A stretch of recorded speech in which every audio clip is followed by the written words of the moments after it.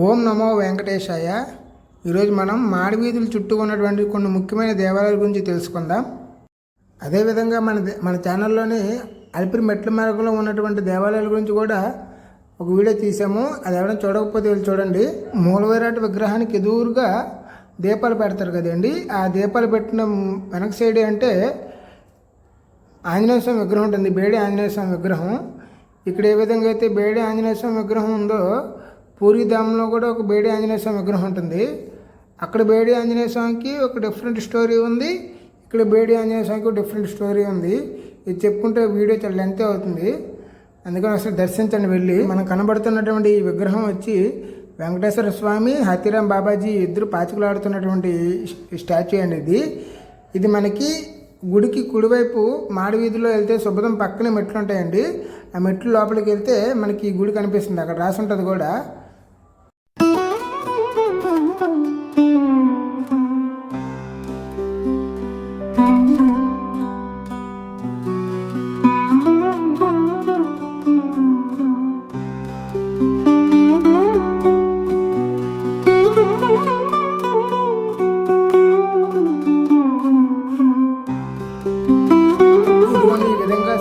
స్వామి హతీరాంజీ మఠం అనే పేరు రాసి ఉంటుంది. ఈ మెట్లెక్కి మనం లోపలికి వెళ్ళాలి. లోపలికి వెళ్తే మనకి స్వామివారు హతీరాం గారు ఇద్దరు కూర్చొని పాచికలాడినటువంటి ఏదైతే ఆ బోర్డు ఉంటుందో ఆ బోర్డు కూడా కనిపిస్తుంది మనకి.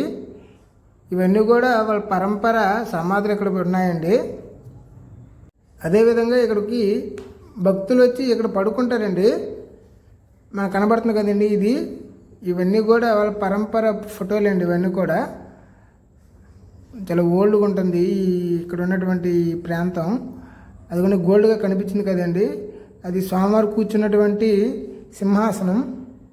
మనకి కనబడుతున్నటువంటి ఈ గుడి ఆంజనేయ స్వామి గుడి అండి. ఇది ఈ తిరుమల తిరుపతి దేవస్థానానికి, ఈ ప్రాంతానికి వీరు పరిపాలన అధికారిగా వ్యవహరిస్తారు. మనకి ఏమైనా తిరుమలలో ఏమైనా ఇబ్బందులు జరిగితే ఈ గుడి దగ్గరికి వచ్చి చెప్పుకుంటే ఆ ఇబ్బంది ఖచ్చితంగా తీరుతుంది. అదేవిధంగా మనకు కనబడుతుంది కదండి ఈ గుడి. ఇది శ్రీ వ్యాసరాజ ఆసన్నిక మండపం, అంటే వ్యాస భగవానుడు ఇక్కడికి వచ్చి తపస్సు చేశారండి. ఇది పుష్కరిణి అండి. ఈ పుష్కరిణిలో మధ్యలో ఉన్నటువంటి ఆ మండపం దగ్గర సరస్వతి నది ఉద్భవిస్తుందని చెప్పి మన పురాణాలు చెప్తున్నాయి. ఇప్పుడు మనకి ఇక్కడ నాగసర్పాల మధ్యన ఒక ఆంజనేయ స్వామి విగ్రహం కనిపిస్తుంది చూడండి జాగ్రత్తగా. ఆ విగ్రహం వచ్చి మూలవిరాట్ విగ్రహం ఉండక ముందు నుంచే ఉంది ఈ విగ్రహం ఇక్కడ. ఇది వరాహస్వామి దేవాలయం, ఇది అందరికీ తెలిసిందే, ఖచ్చితంగా దర్శించుకుంటారు అందరూ.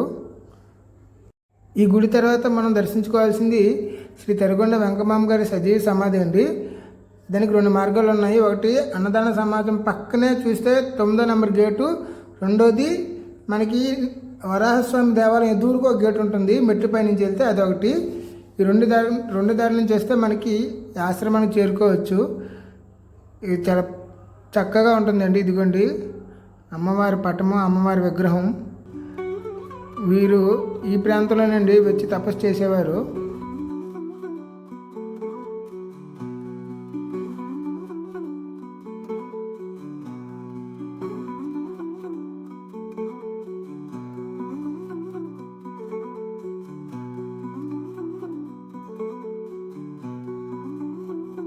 ఈ ఆశ్రమం తర్వాత మనం దర్శించుకోవాల్సింది అనంత అలవారి తోటమాల అండి. ఇది పడమర మాడవీధి, దక్షిణ మాడవీధి కార్నర్లో ఎదురుగా ఉంటుందండి. మనం ఆ దర్శనంకి వెళ్ళేటప్పుడు అక్కడ అనంత అలవారి గడ్డపార అని చెప్పి తగిలించి ఉంటారు కదండి. ఆ సంఘటన జరిగింది, స్వామివారి గడ్డానికి దెబ్బ తగిలింది అంతా కూడా ఈ ప్రాంతంలోనే జరిగిందండి.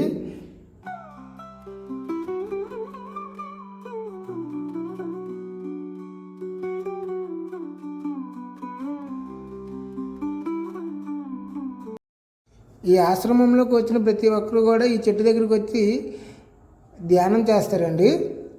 ఈ చెట్టుకున్న విశిష్టత ఏమిటంటే సాక్షాత్ ఆ లక్ష్మీదేవిని ఈ చెట్టుకి కట్టేశారండి అనంత అల్వార్ గారు. ఈ ఆశ్రమంలో అనంత అల్వారి పూర్వీకులు ఇంకా ఉన్నారండి ఇక్కడ. ఈ ఆశ్రమంలో జరిగినటువంటి సంఘటనలు మొత్తం కూడా ఇక్కడ మనకి శిలారూపంలో కనిపిస్తాయి. అమ్మవారిని కట్టేస్తారు కదండి ఆ చెట్టుకి. కట్టేసినప్పుడు అక్కడ గుళ్ళో ఉన్నటువంటి వెంకటేశ్వర స్వామి వారి వక్షస్థలం దగ్గర ఉన్నటువంటి లక్ష్మీదేవి మాయమైపోతారు. అది గమనించి పరిగెట్టుకొని మళ్ళీ చెట్టు దగ్గరికి వచ్చి అమ్మవారిని కట్లు విప్పేసి వెంకటేశ్వర స్వామికి ఇచ్చి కళ్యాణం చేస్తారు. ఆ విధంగా వెంకటేశ్వర స్వామి వారికి అనంతల్వార్ గారు ఇంకో విధంగా చెప్పాలంటే మామ కూడా అవుతారు.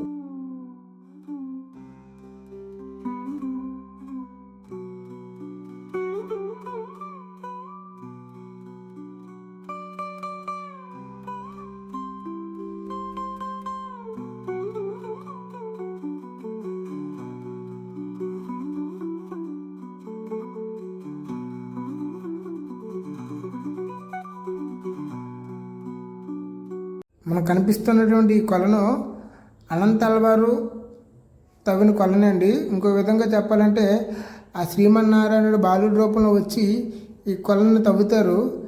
గడ్డపర తగలడానికి కారణం కూడా ఈ కొలనే వెంకటేశ్వర స్వామి వారికి. ఈ వీడియో మీ అందరికీ నచ్చిందని భావిస్తూ మరొక మంచి వీడియోతో మీ ముందుకు వస్తానండి. అంతవరకు సెలవు.